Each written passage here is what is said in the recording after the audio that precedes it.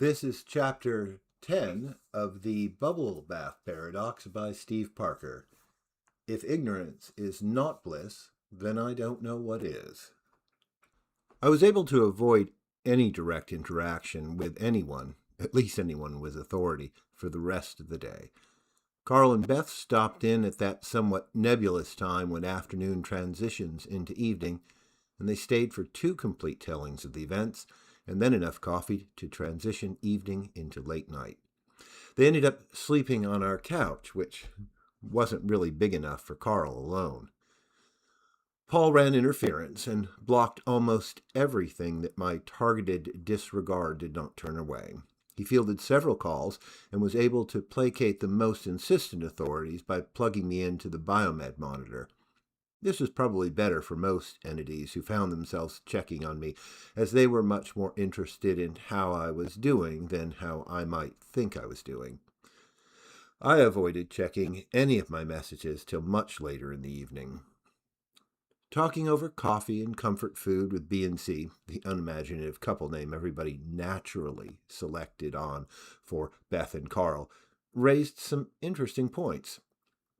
B&C filled our tiny apartment with color, sound, and a kinematic flow that expanded into the space and then made it larger. Carl was dressed in a paisley neon jumpsuit whose flowing confusion of glowing colors may actually have been moving. Beth wore a long patterned dress made out of some unseasonably thin natural fiber fabric that was completely transparent when the light hit it the right way. She wore bangled bracelets and anklets that had crudely shaped bits of metal on them that were obviously, by their sound, tiny bells.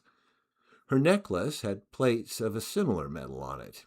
These plates would clap together to create a pleasant tinkling sound when she moved her head suddenly, like when she would throw her head back and laugh, which she often was inclined to do.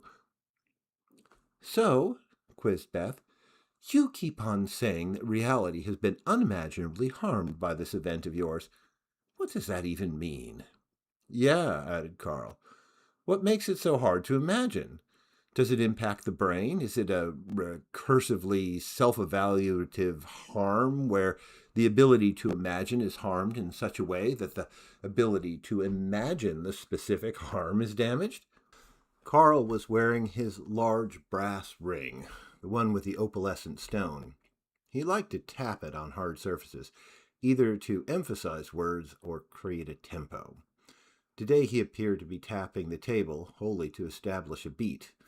Tap, tap, tap, tap, tap, tap, tap. The 2 of them would commandeer public spaces to read poetry, aglow with psychedelic imagery. Carl often brought a contraption to these pop-up poetry slams that he made by bolting together 2 used food containers. He called it bongos, and he would slap the bottoms of the overturned food containers like they were tiny drums. Jack was at B&C's last reading. I recall him lolling his head from side to side as Beth read a poem about the taste of ocean water while skinny dipping. Jack moved his head almost in time to the arrhythmic beat of Carl's bongos. I felt like Jack was more there than any of us, and had figured out some secret to using Carl's bongo beat to invite Beth's words into his mind. Jack also had this secretive grin that implied he was picking up on a particular meaning that was lost to everyone else. "Yeah," sighed Beth with this look she sometimes gave Carl. It's a look that can pause a group conversation for a bit, no matter how large the group, as everyone needs to take a moment to visualize what it would be like to be the focus of that look. I remember blushing once when I saw her give Carl that look as he played bongos to her words. I don't think it would be unpleasant at all to be the focal point of that gaze. "Well, I didn't really mean unimaginably I replied, till Paul cut me off. "I suppose," Paul cut in, using one of his more grandiose voices, one that he usually reserves for large lecture halls, "that the brain is a reality processing machine that is also part of reality. So the input stream is altered, as well as the mechanism of the machine doing the processing. Tappity tap tap.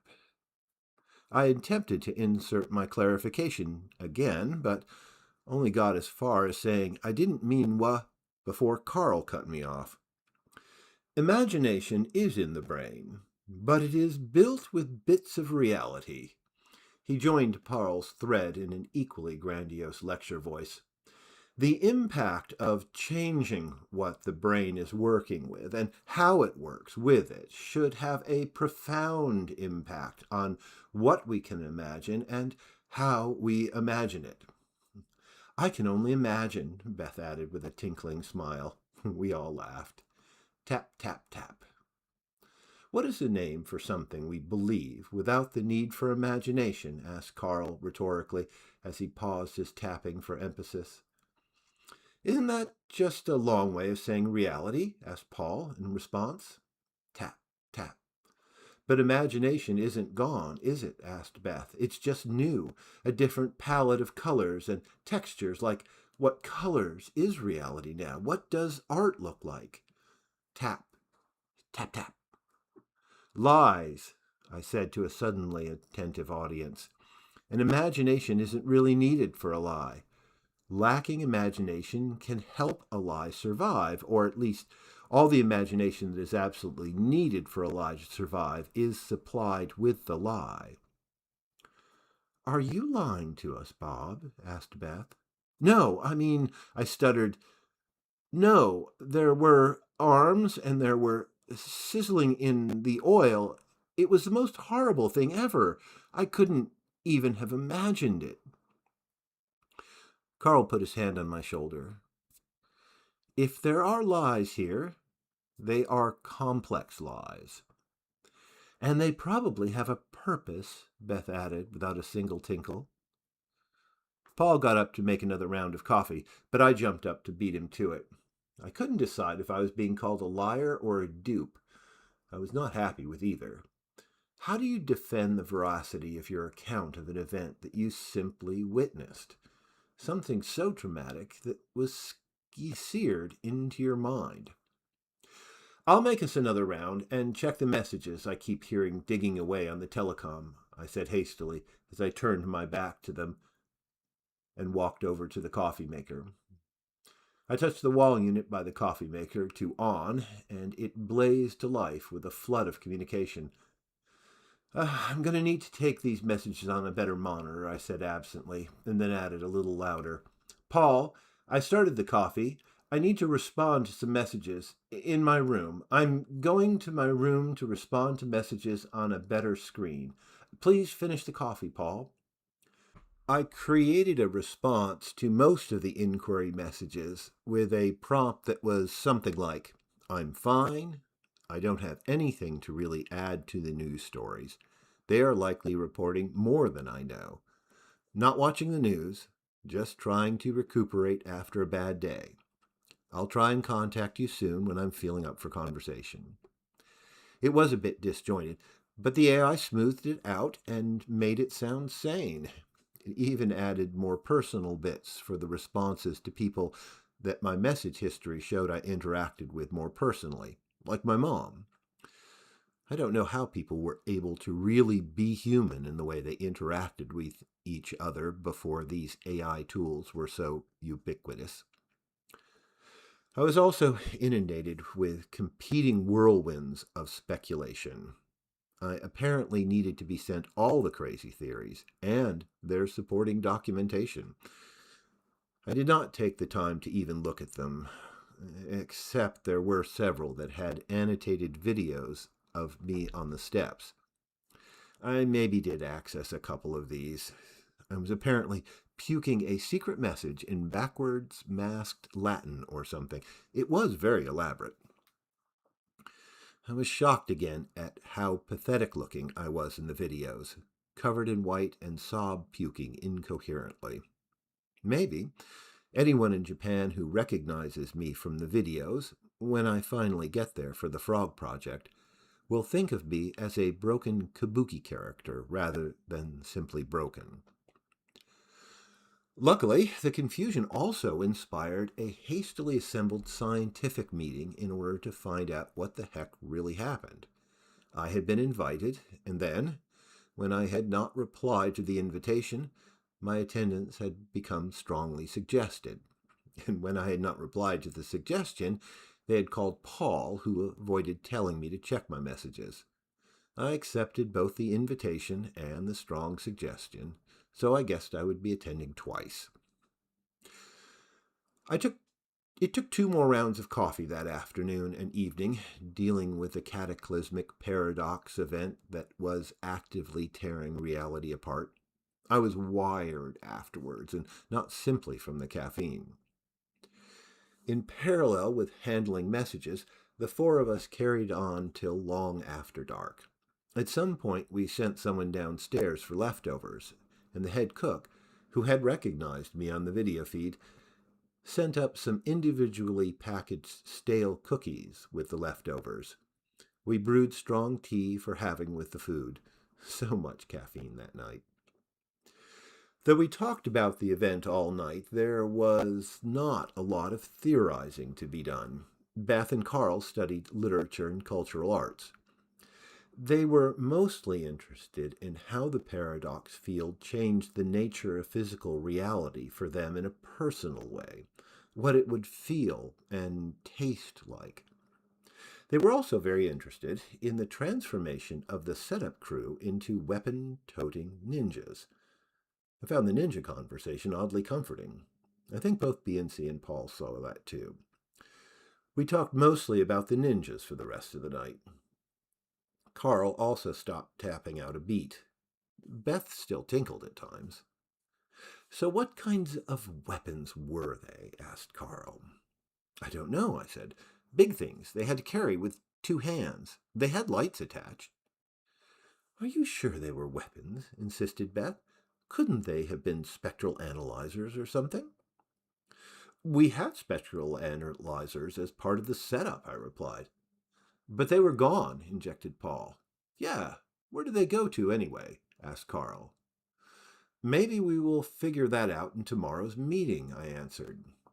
Unless it is top secret, replied Carl. Or way above top secret, yelled Beth, tinkling loudly.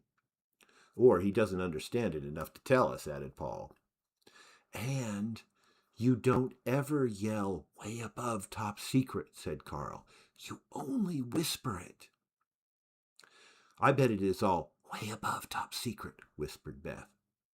It went on like this for hours. Carl would want to know if the ninjas had stripped off their regular clothing to show their skin-tight uniforms underneath. Paul would want to know why, and then suggested that Chuck would not look good in a skin-tight uniform, and that the uniforms might be neon orange, and nobody looks good in skin-tight neon orange uniforms. So Beth insisted that the skin-tight uniforms they must have been wearing under their normal clothing deflected alien death rays. At the end of the night, I felt like I could deal with anything the next day could throw at me. Unless Chuck was throwing it at me while wearing a skin-tight neon orange uniform. Then I might stroke out laughing. Of course, I was wrong about surviving the next day's meeting unscathed. I would go from being an ivory icon of all things pathetic to a pathetic icon of all things ivory tower. Human intelligence in the academic world of the university is measured the way academics have measured intelligence for centuries.